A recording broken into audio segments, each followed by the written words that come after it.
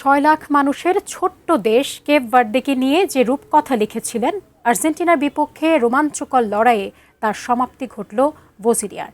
হেরেও কিভাবে বিজয়ী হওয়া যায় সে গল্পটাই যেন লিখলেন কেপ ভার্দের এই গোলকিপার। পুরো বিশ্বকাপে ভোজিনিয়ার অবিশ্বাস্য লড়াইয়ের বিস্তারিত জানাচ্ছেন বদিউজ্জামান মিলন। ফুটবলে এমন কিছু রাত থাকে যেখানে স্কোর লাইন সব গল্প বলে না। ৩-২ গোলে হারের পরও যদি কোনো ফুটবলারকে নিয়ে পুরো বিশ্বের আলোচনা হয়, তবে বুঝতে হবে তিনি বিশেষ কিছু করেছেন। কেপ ভার্দের গোলরক্ষক ভোজিনিয়া ঠিক তেমনই এক নাম। আর্জেন্টিনার বিপক্ষে বিশ্বকাপের নকআউট ম্যাচে শুরু থেকেই একের পর এক আক্রমণ সামলাতে হয়েছে তাকে। সামনে ছিলেন লিওনেল মেসি, বিশ্ব চ্যাম্পিয়নদের তারকাবহুল আক্রমণ ভাগ। কিন্তু ভোজিনিয়া যেন নিজের গোলপোস্টের সামনে এক অদম্য প্রাচীর হয়ে দাঁড়িয়েছিলেন। বসুন্ধরা টিস্যু, অশুদ্ধতার বিরুদ্ধে এক বিন্দুও ছাড় নয়। ম্যাচ জুড়ে তিনি করেন ৮টি গুরুত্বপূর্ণ সেভ, যার মাঝে 4টি ছিল মেসির শট থেকে। প্রতিটি সেভে ফুটে উঠেছে তার অসাধারণ রিফ্লেক্স, সঠিক পজিশনিং ও মানসিক দৃঢ়তা। একাধিক নিশ্চিত গোল বাঁচিয়ে তিনি কেপ ভার্দেকে ম্যাচে টিকিয়ে রেখেছিলেন শেষ মুহূর্ত পর্যন্ত। ফুটবলে গোলদাতারাই সাধারণত নায়ক হন, কিন্তু কখনো কখনো একজন গোলরক্ষকও ম্যাচের সবচেয়ে উজ্জ্বল চরিত্র হয়ে ওঠেন। ভোজিনিয়া সেই বিরল উদাহরণগুলোর একটি। তার পারফরমেন্স প্রমাণ করেছে সাহস, আত্মবিশ্বাস আর লড়াইয়ের মানসিকতা থাকলে ছোট দলের একজন খেলোয়াড়ও বিশ্বমঞ্চে নিজের পরিচয় গড়ে নিতে পারেন। হয়তো স্কোরবোর্ডে কেপ ভার্দের নাম বিজয়ী হিসেবে লেখা হয়নি, কিন্তু ফুটবল প্রেমীদের স্মৃতিতে সেই রাত চিরকাল মনে থাকবে এক গোলরক্ষকের অবিশ্বাস্য লড়াইয়ের জন্য, যার নাম ভোজিনিয়া। বিশ্বকাপ কখনো এমন কিছু নায়ক জন্ম দেয় যাদের ট্রফির দরকার হয় না। গ্রুপ পর্বে স্পেনের বিপক্ষে 7টি সেভ করে গোল শূন্য ড্র এনে দিয়েছিলেন তিনি। সেই ম্যাচেই বোঝা গিয়েছিল ইতিহাস গড়তে এসেছেন তিনিও তার দল।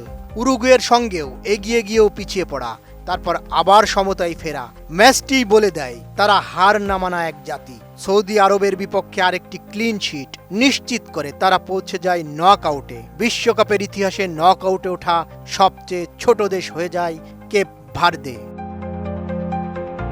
ভোজিনিয়া তখন বলেছিলেন, আমরা ছোট কিন্তু আমাদের হৃদয়টা বড়, আমরা লড়াকু। এর চেয়ে সুন্দর পরিচয় আর কি হতে পারে। এরপর নকআউটে বিশ্ব চ্যাম্পিয়নদের মুখোমুখি হওয়া, এটাও তো একটা রূপকথারই অংশ। তবে আসল রূপকথা লেখা হয়েছে মাঠে। আর্জেন্টিনার সঙ্গে পাল্লা দিয়ে সমানে সমানে লড়াই করেছে কেপ ভার্দে, যেখানে নেতৃত্ব দিয়েছেন ভোজিনিয়া।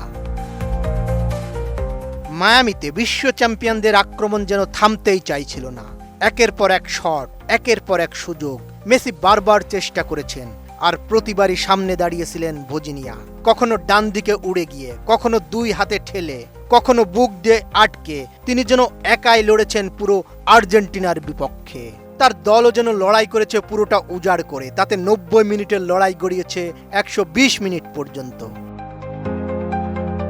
ম্যাচ শেষ হওয়ার পর লিওনেল মেসির সঙ্গে কয়েক মুহূর্ত কথা বলার আশায় তার কাছে এগিয়ে যান কেপ ভার্দের গোলরক্ষক ভোজিনিয়া। তবে নিজের কথা বলার আগেই আর্জেন্টাইন অধিনায়কের আচরণে মুগ্ধ হয়ে যান তিনি।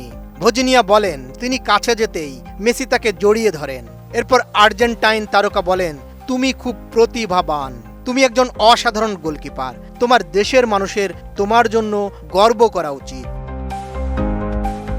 মেসির প্রশংসাকে নিজের ফুটবল ক্যারিয়ারের অন্যতম বড় স্বীকৃতি হিসেবে দেখছেন ভোজিনিয়া। তিনি বলেন, এমন একজন ফুটবলারের মুখে নিজের সম্পর্কে ইতিবাচক কথা শোনা সত্যি বিশেষ অনুভূতি, যা তিনি কখনো ভুলবেন না। মেসির প্রশংসার জবাবে ভোজিনিয়াও তাকে ধন্যবাদ জানান। একই সঙ্গে বলেন, ধন্যবাদ লিও, আপনিই সেরা। এরপর তিনি মেসির কাছে একটি বিশেষ অনুরোধ করেন, জার্সি বদল করা যাবে কিনা। ভোজিনিয়ার দাবি, মেসি হাসি মুখেই সেই অনুরোধে সাড়া দেন। তিনি বলেন, অবশ্যই, টানেলের ভেতরে তোমাকে এটা দেব। ভোজিনিয়াও হয়তো গোল্ডেন গ্লাভস হাতে তুলবেন না, কিন্তু এই বিশ্বকাপের গল্প যখন লেখা হবে, সেখানে বড় বড় চ্যাম্পিয়নদের পাশে জায়গা হবে 40 বছর বয়সী এই গোলরক্ষকেরও। তার গল্পটা লিখতেই হবে। বদিউজ্জামান মিলন, এটিএন নিউজ।